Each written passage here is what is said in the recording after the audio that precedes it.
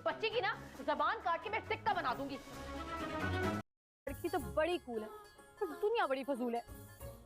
अस्सलाम वालेकुम नाज़रीन, ड्रामा सीरियल जाने जहाँ की नेक्स्ट एपिसोड में आप देखेंगे कि मानूर शहराम से मिलती है और उससे बताती है कि जाने से पहले जीनत उससे मिलने आई थी और वो आपकी ज़िंदगी बचाना चाहती है। शहराम महानूर की बातों से बहुत ज़्यादा परेशान हो जाता है। वो महानूर से कहता है कि आप मुझे सारी बात बताएं।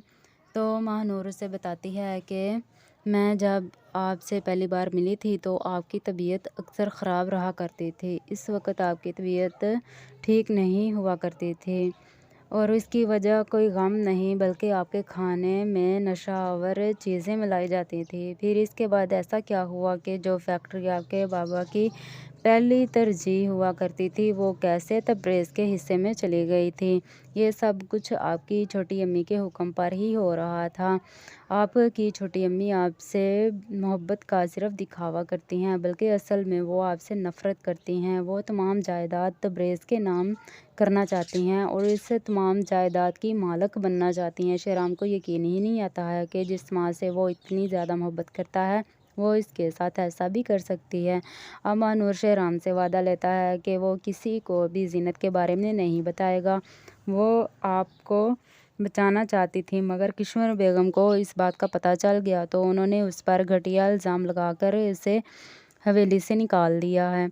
अब शहराम किश्वर बेगम से मोहतात हो जाता है और वो जब घर आकर इन सब बातों पर गौर करता है तो सोचता है कि महानूर की बातें भी अब उसे सच लगने लगती हैं। अब इसके बाद शहराम अपने खाने पीने की तमाम चीज़ों पर बहुत ज़्यादा ध्यान देने लग जाता है। अब शहराम किशोर बेगम के दिए हुए खाने को भी नहीं खाता है और बहुत ज़्यादा एहतियात करने लगता है। तो किशोर बेगम इस बात को नोट कर लेती है और फिर बहुत ज़्यादा परेशान हो जाती है। तो शहराम को किशोर बेगम की परेशानी की वजह पता चल जाती है। दूसरी तरफ आप देखेंगे कि तब्रेज़ जमाल साहब से मिलता है तो वो इसे शहराम के ख़िलाफ़ भड़काते हैं कि इस लड़के ने बहुत चालाकी की है और सबको धोखे में रखा हुआ है और किसी को भी अपनी बहुत सारी जायदाद के बारे में तो बताया ही नहीं है जो उसने अपने नाम लगवा रखी है।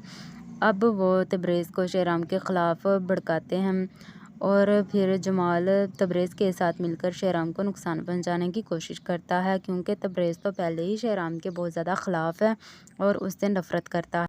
जमाल तब्रेज़ की इसी कमज़ोरी का तो फ़ायदा उठाता है।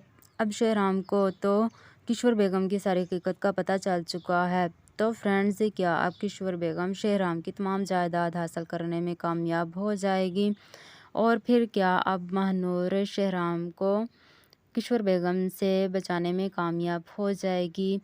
अपनी कीमती राय का इज़हार कमेंट सेक्शन में ज़रूर करें।